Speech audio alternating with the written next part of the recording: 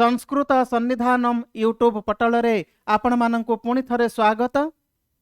आज आमे पढ़िबा जमक अलंकार आउ दुई गोटी भेद कौन माल जमक एवं सर्वजमक अलंकार। ताहेले सर्वप्रथमे आमे जानिबा माल जमक अलंकार विषय रे। माल जमक अलंकार लक्षण कौन देखंतु आपण माने एठी पद मध्यरे भिन्नार्थबोधक समुच्चारित शब्द समूह बारंबार प्रयोग हेले बा मालबद्ध भावरे प्रयोग हेले माल जमक अलंकार होइथाए। बारंबार बारंबार प्रयोग होइथिबो एवं मालबद्ध भावरे प्रयोग होइथिबो। माल प्राय आमे समस्ते जानिथिबा माल कंठरे धारण करा जाए बा फूल द्वारा आमे माल गुंथिकी प्रभु को अर्पण करि थाउ, प्रभु को गलारे आमे पिंधाई थाउ माल। सही भली भावरे मध्य काव्यरे काव्यर पद्यरे समुच्चारित शब्द माल माल होइकी रहिथिबो किंतु भिन्न अर्थ प्रकाश करुथबो सेठी जमक अलंकार होइथाए। मालबद्ध भावरे रहिथिबारो माल जमक बोली आमे कहि थाउ। ताहले उदाहरण आमे देखिबा कोन उदाहरण बृहत भानु भानु भानु प्रभा ताप नाही ब्रुत तमाल माल मालती लता जही। वैदेहिश विलास काव्यरु एही पद्यटी उद्धृत। एही उदाहरणटी रे आमे देखिबा भानु एवं माल शब्द गुड़िक बारंबार बारंबार भिन्न भिन्न अर्थरे प्रयुक्त होइछन्ति। जेमिति आमे एठी देखिबा बृहत भानु भानु भानुप्रभा तमाल माल मालती एही शब्द गुड़िकरे एठी रहिला भानु भानु भानु माल माल माल एही शब्द गुड़िक मालबद्ध भावरे प्रयुक्त होइछन्ति किंतु भिन्न भिन्न अर्थ प्रकाश करुछन्ति। अर्थ कोन आमे जानि देबा।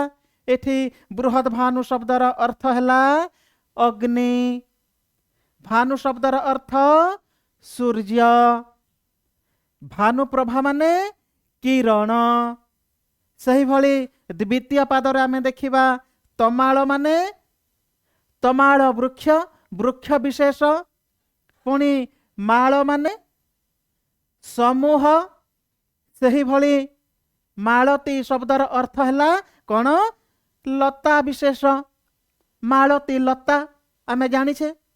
ताहले एही शब्द गुड़िक भानु एवं माल शब्द एथे माल माल होइकी व्यवहृत होइछन्ति किंतु भिन्न भिन्न अर्थ प्रकाश करुछन्ति। आपण माने एठी देखिले सेइथि पई एठी कोन जमक अलंकार बा माल जमक अलंकार होइछि।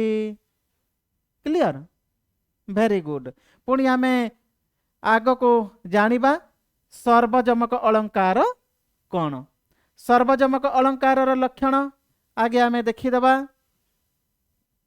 लक्षण कौन कहिला पदर समस्त पादरे समान समान शब्द पृथक पृथक अर्थरे प्रयोग करा जाइथिले सर्वजमक अलंकार हुए।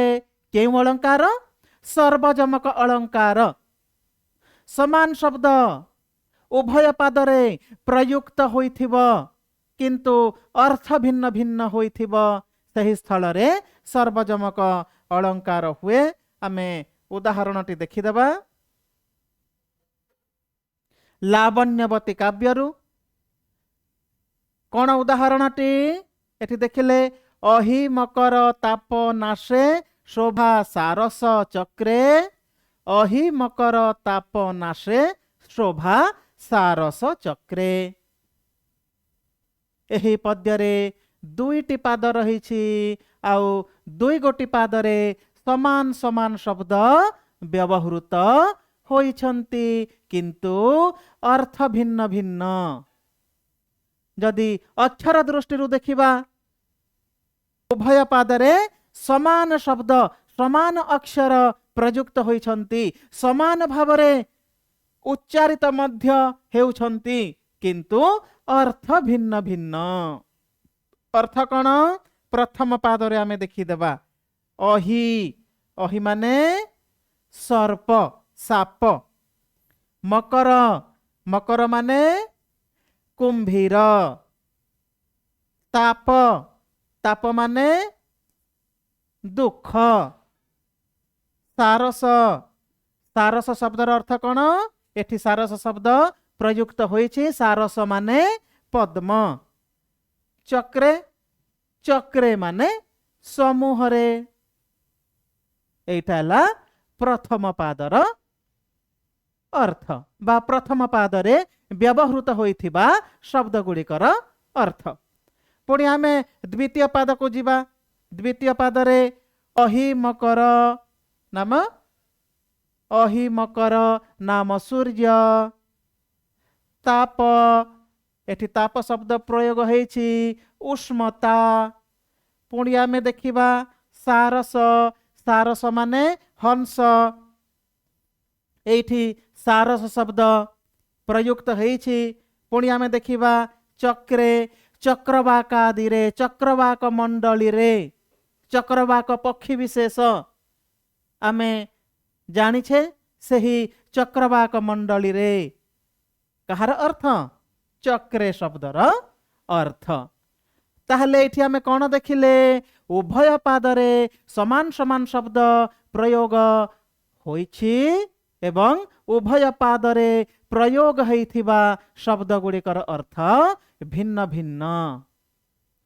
ସର୍ବତ୍ର, ସମଗ୍ର ପଦ୍ୟରେ ଉଭୟ ପାଦରେ ସମାନ ଶବ୍ଦ ପ୍ରୟୋଗ ହେଇଛି କିନ୍ତୁ ଅର୍ଥ ଭିନ୍ନ, ତେଣୁ ଏଠାରେ ସର୍ବଯମକ ଅଳଙ୍କାର ହୋଇଛି। କ୍ଲିୟର?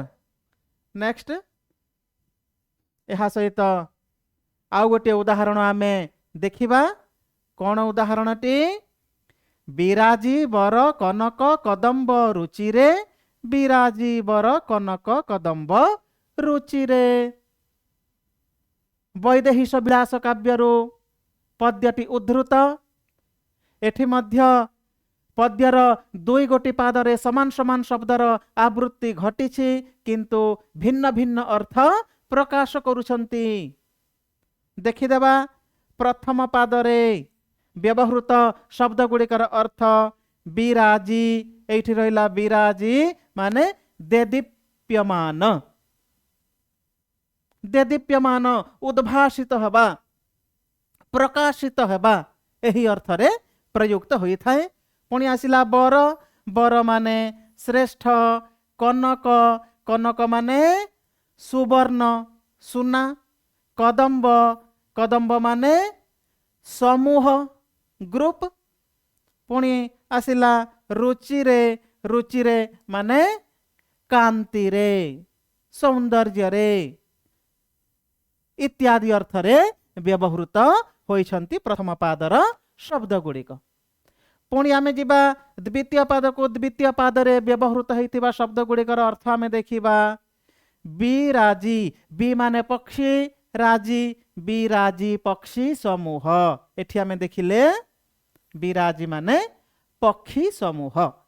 ପୁଣି ଆସିଲା କ'ଣ? ବର କନକ ବା ଉତ୍କୃଷ୍ଟ କନକ ଚମ୍ପା। ବର କନକ, ଉତ୍କୃଷ୍ଟ, କନକ ଚମ୍ପା ପୁଷ୍ପ। ପୁଣି ସେହିଭଳି କଦମ୍ବ ମାନେ କଦମ୍ବ ବୃକ୍ଷ। ପୁଣି ଆସିଲା ରୁଚିରେ ଅର୍ଥାତ୍ ମନୋହର। ଏହିଭଳି ଭାବରେ ଉଭୟତ୍ର, ଉଭୟ ପାଦରେ ଆମେ ଦେଖିଲେ କ'ଣ ହେଇଛି? ସମାନ ସମାନ ଶବ୍ଦ ଆବୃତ୍ତି ହୋଇଛି କିନ୍ତୁ ଅର୍ଥ ଭିନ୍ନ ଭିନ୍ନ ରହିଛି। ଉଭୟ ପାଦରେ ସମାନ ଶବ୍ଦ ପ୍ରୟୋଗ ହୋଇଥିବାରୁ ସର୍ବଯମକ ଅଳଙ୍କାର ହୋଇଛି। ବୁଝିହେଲା? ସାବାସ୍ ସାବାସ୍, ଭେରି ଗୁଡ୍। ପୁଣି आमे आज एठी रहिबा सर्वजमक अलंकार एवं मालजमक अलंकार विषय रे आपण माने निहाती जानी पारिथिबे, भल भावरे आत्मसात करि पारिथिबे, हृदयंगम करि पारिथिबे। पुणी आमे आगामी अध्याय रे एक नुआ अलंकार नेकी, गोटिए नुआ विषय नेकी, एक नुआ पद्य नेकी आमे उपस्थित हेबा। आज पई क्लास एठी थाउ। आपण मानंकु नमस्कार, धन्यवाद।